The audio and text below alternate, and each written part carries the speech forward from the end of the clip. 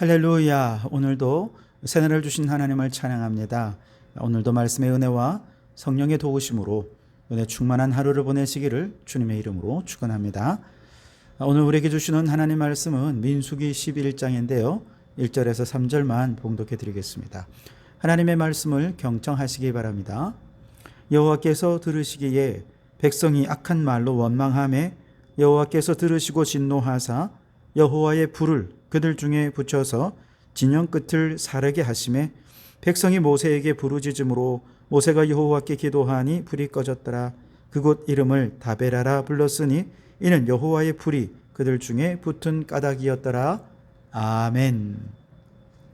오늘도 이 말씀을 통해 우리에게 주시는 하나님의 음성을 듣게 되기를 바랍니다. 희망에 가득 차서 시내산을 출발한 이스라엘 백성들은 이제 바란 광야에 들어서게 되었죠. 그러나 오늘 본문에 보면 상황이 이제 완전히 돌변합니다. 바란 광야에 도착하자마자 알 수 없는 이유로 백성들이 하나님께 악한 말로 원망했고 애굽에 살던 때의 그 노예 근성이 너무 쉽게 드러나면서 희망이 한순간 좌절로 전락해버리고 만 것이죠. 그래서 이스라엘 백성들의 가나안을 향한 행군은 그 첫 출발부터 먹구름에 휩싸이기 시작해서 가나안 입구인 가데스 바나에 이르기까지, 즉 민수기 12장까지의 행군의 여정은 거듭된 원망과 불평으로 암울한 사건이 연속되는 것을 우리에게 보여주고 있습니다. 자, 오늘 1절 말씀은 첫 번째 원망 사건이 기록된 내용인데요.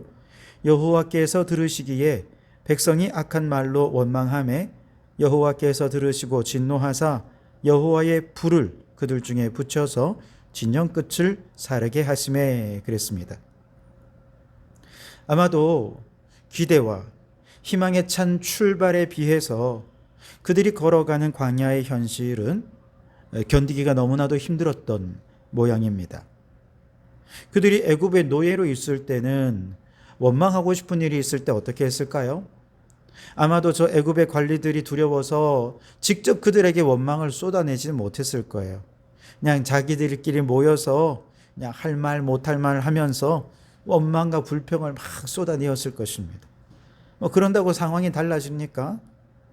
노예가 상황을 변화시키기 위해서 할 수 있는 일은 아무것도 없습니다. 그저 원망, 불평하며 투덜거리는 것밖에 없죠.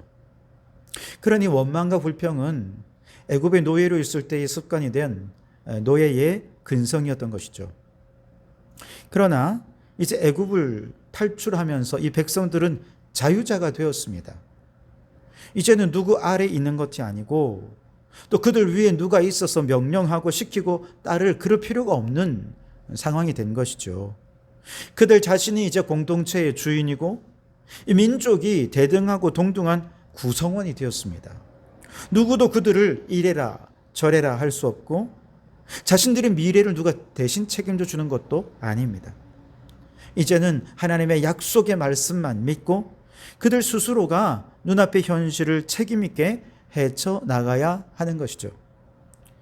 그 말은 이제는 원망 불평할 대상에 따로 누군가에게 있지 않다는 것입니다. 책임 전가할 대상이 없어졌다는 얘기예요. 더 적극적으로는 믿음으로 행하면 얼마든지 현실을 스스로 바꾸어 나갈 수 있다는 이야기이기도 합니다. 왜냐하면 우리 하나님은, 그들과 함께 하시는 하나님은 사막에 강을 내시고 황무지에 꽃을 피우시는 하나님이시거든요. 그렇기 때문에 그 하나님을 믿고 의지하면 스스로가 주체적으로 얼마든지 현실을 바꾸어서 하나님의 도우심을 따라서 새로운 삶의 길을 개척해 나갈 수 있게 되는 것이죠. 이것이 자유자의 특권인 것입니다. 그런데도 이 백성들은 그들이 자유자요, 이 민족의 책임 있는 주체라는 사실을 전혀 인식하지 못한 채 아직 그들이 여전히 노예의 위치에 있다고 착각하면서 노예 근성에 젖어서 모세에게 모든 원망과 불평을 쏟아내고 있었던 것이죠. 여호와께서 그들의 악한 말로 원망하는 것을 들으시고 진노하셨습니다. 여호와의 불로 진영의 끝을 사르게 하셨다고 하셨습니다. 왜 진영의 끝을 살랐다고 했을까요? 아마도 주로 원망과 불평을 늘어놓았던 사람들은 행진할 때 진영 한가운데서 질서 있게 행진에 동참했던 사람들이 아니라 이 대열에서 이탈해서 뒤쳐져서 따라오는 사람들이었을 것입니다. 이들이 원망하고 불평하자 하나님이 그들을 향해 심판의 불을 내리신 것이죠. 오늘 우리도요, 마귀의 종노릇할 때 원망과 불평으로 가득해 있었습니다. 그러나 예수님의 십자가 구원의 기쁜 소식을 듣고 믿었을 때 우리 안에 원망과 불평은 사라졌습니다. 찬송과 감사가 넘치게 된 것이죠. 그러나 항상 감사와 찬송이 우리 입에 나오면 좋겠지만 때로는 나도 모르는 사이에 마귀의 종노릇하던 시절에 영적인 노예 근성이 나타나거든요. 그래서 원망과 불평으로 우리를 전락시킬 때가 있습니다. 근데 언제가 그런 때냐 하면 자세히 우리의 삶을 돌아보면 교회 공동체의 질서 있는 행진에 동참할 때에는 이런 원망 불평이 없어요.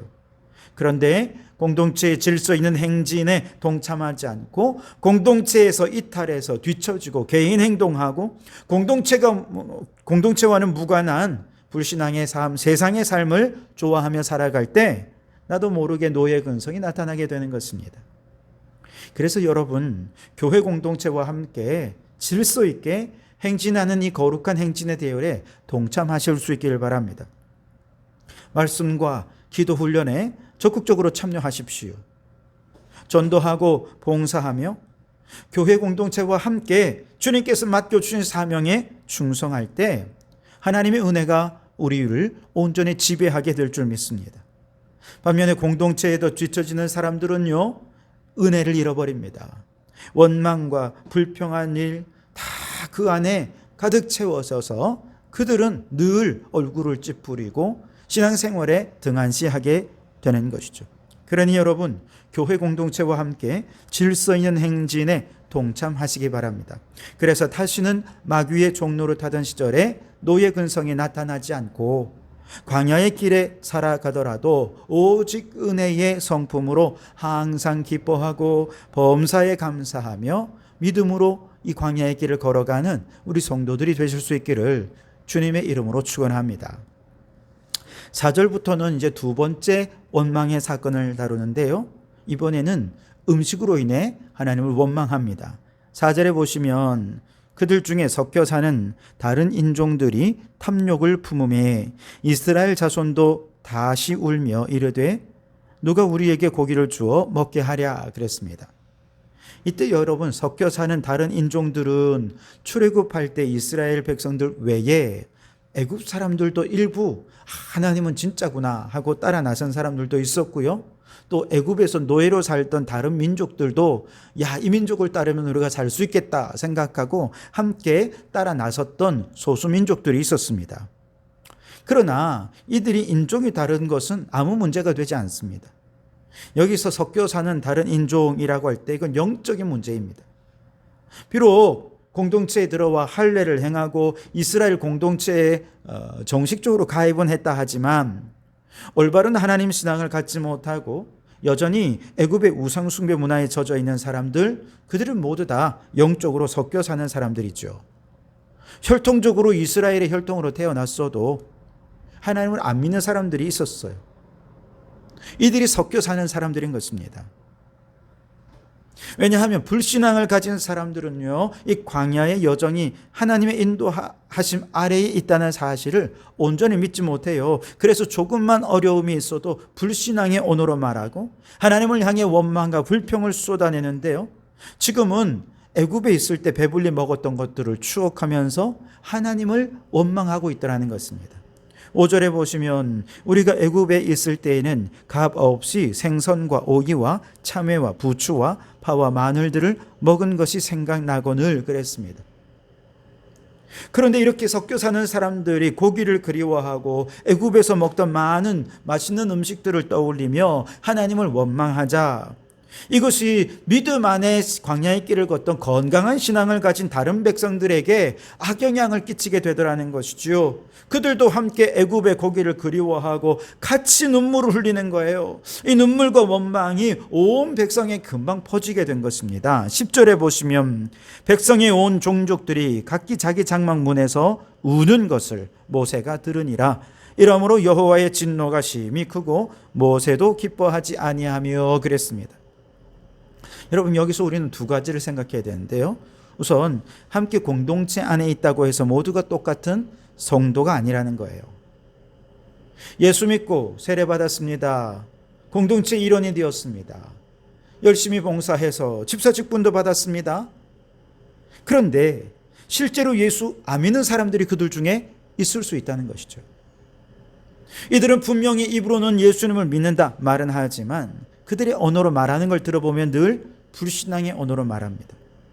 그래서 예배를 드리고 은혜를 받은 후에도 성도들은 받은 은혜를 나누고 하나님 말씀을 나누며 삶에 적용하기 위해 영적 성장을 도모하는 언어로 말을 하지만 이렇게 섞여 사는 이들은 은혜에는 무관심해요. 이미 베푸신 은혜가 이렇게 큰데 그 많은 은혜는 보지 못하고 늘 부정적인 몇 가지를 바라보며 그거에 원망과 불평을 쏟아놓는 것이죠. 그리고 성도들의 신앙을 위협하는 것입니다. 이들은 결코 하나님의 나라를 기업으로 받을 수 없는 자들입니다.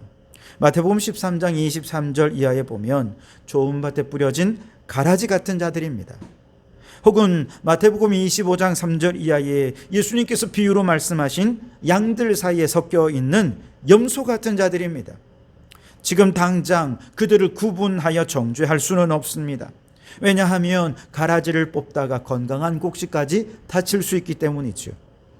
그러나 계속해서 교회 안에서는 말씀이 선포됩니다. 성령의 감화하심이 있습니다. 언제든지 그들이 변하고자 하면 늘 변화될 수 있고 예수님을 영접할 수 있고 그렇게 기회들이 끊임없이 주어질 것입니다만 그럼에도 불구하고 마음이 변치 않는다면, 회개하지 않는다면 결국 그들은 마지막 때 주님의 심판대 앞에 서게 될 텐데 그때는 알곡은 모아 창고에 들여지지만 가라지는 다 불태워지고 말 것입니다. 양과 염소들은 하나님의 심판대 앞에서 분리되어서 양의 편에 선 자들은 천국 영생으로 부활하겠지만 염소 편에 선 자들은 영벌에 처해지게 될 것입니다. 둘째로 이 부분에서 생각할 것은 이렇게 섞여 사는 자들은요, 건강한 성도들에게 악한 영향력을 얼마든지 끼칠 수 있다는 사실이죠. 섞여 사는 자들이 하나님의 백성들에게 고기와 먹는 문제로 원망하고 울기 시작하니까 눈물은 전염성이 있다고 하잖아요. 그래서 온 백성들이 그렇게 다 함께 울기 시작하더라는 것이죠. 먹는 문제는 참 사람들을 약하게 만드는 것 같습니다. 게다가 눈물까지 더해지니 온 백성들에게 금방 악이 전염 바이러스처럼 그렇게 퍼지게 되는 것이죠. 악은 이처럼 전염성이 강한 바이러스 같고 그 심각성은 하나님의 진노가 온 백성들에게 임하게 할 정도로 심각합니다. 모세가 이들의 눈물을 보고 자신도 하나님께 울면서 기도합니다. 하나님, 내가 어디서 고기를 구해 저들을 먹여줄 수 있겠습니까? 탄식한 거죠. 그래서 하나님께서 이제 두 가지 조치를 취해 주셨는데요. 온 백성들의 원망과 불평을 한 몸에 받고 그 모든 짐을 홀로 지기가 너무 힘든 것을 하나님이 아시고 모세를 도울 70인의 장로를 세워주셨습니다. 그리고 둘째는 실제로 메추라기 고기를 이스라엘 진영에 떨어뜨려 주셔서 이 백성들이 배불리 실컷 고기를 먹을 수 있게 해 주셨습니다. 그러나 배는 불리게 해 주셨지만 원망했던 그 섞여 사는 자들에 대해서는 하나님이 진노하십니다. 큰 재앙이 내려 그들을 죽게 하셔서 결국 고기를 탐하던 이 섞여 사는 사람들은 그곳에서 죽게 되어 탐욕의 무덤 기브롯 핫다와가 되게 하신 것이죠. 그래서 여러분, 작은 누룩이 가루 섬 아래 퍼지는 것처럼 작은 죄악이 공동체 전체에 하나님의 진노가 임하게 할 수 있다는 것을 명심하실 수 있기를 바랍니다. 그렇다면 왜 하나님은 이처럼 죄악을 퍼뜨리는 악한 자들을 공동체 안에 섞여 살게 하시느냐? 그것은 양들 사이에 염소를 두는 이유와 같을 것입니다. 양을 치는 사람들은 양떼들 가운데 꼭 염소를 같이 둔다고 말합니다. 왜냐하면 양들은 움직이기를 싫어해서 배고파도 있는 자리에서 잘 움직이지를 않는다 그래요. 그러나 염소는 양과는 반대의 성질을 가지고 가만히 있지를 못하거든요. 이리 뛰고 저리 뛰고 그냥 닥치는 대로 그냥 뿔로 들이받는 성질을 갖고 있잖아요. 그래서 양들 속에 염소를 함께 키우게 되면 염소가 이리 뛰고 저리 뛰고 들이받으려 할 때 양이 염소를 피해 어쩔 수 없이 도망 다니게 되거든요. 근데 도망가서 보니 거기에 새로운 풀이 있고, 그래서 그것을 잘 먹고 건강한 이제 양으로 성장하게 되고 움직이니까 운동도 되는 것이죠. 그래서 하나님께서 건강한 신앙을 가진 성도들 사이에 원망과 불평을 일삼는 염소 같은 자들을 두신 이유도 결국 건강한 성도들이 영적으로 더 긴장해서 성장하도록 하기 위함이라는 것입니다. 그러니 악한 자들이 퍼뜨리는 악한 영향력에 휘둘릴 것이 아니라 오히려 그들의 불신앙의 언어를 통해 온전한 믿음을 굳게 세워가고 영적으로 긴장해서 영적 성장을 도모하는 우리 성도들이 되어야 할 줄 믿습니다. 우리 교회 안에도 아마도 가라지도 있을 것이고 염소도 있을 것입니다. 누가 누구인지 우리는 알 수 없죠. 천국에 가봐야 알 수 있겠죠. 그러나 하나님이 그들을 우리 안에 보내신 것은 건강한 믿음과 신앙의 공동체로 성장하기 위한 도구로 사용하시기 위함인 줄 알고 저들이 공동체에 퍼뜨리는 죄악의 악한 영향력은 전적으로 차단하면서 믿음의 건강한 성장을 도모하는 우리 성도교회가 될 수 있기를 주님의 이름으로 축원합니다. 기도하겠습니다. 하나님, 교회 공동체의 사역에 동참하지 않고 뒤떨어져 있으면 반드시 마귀가 틈을 타고 원망 불평하던 죄악의 옛 습관이 드러나게 될 것입니다. 그러니 교회 공동체 안에 질서 있게 함께 행진하여 항상 기뻐하고 범사에 감사하는 성도들이 되게 하옵소서. 하나님, 우리 교회 안에도 불신앙의 죄악을 퍼뜨리는 자들이 있을 것입니다.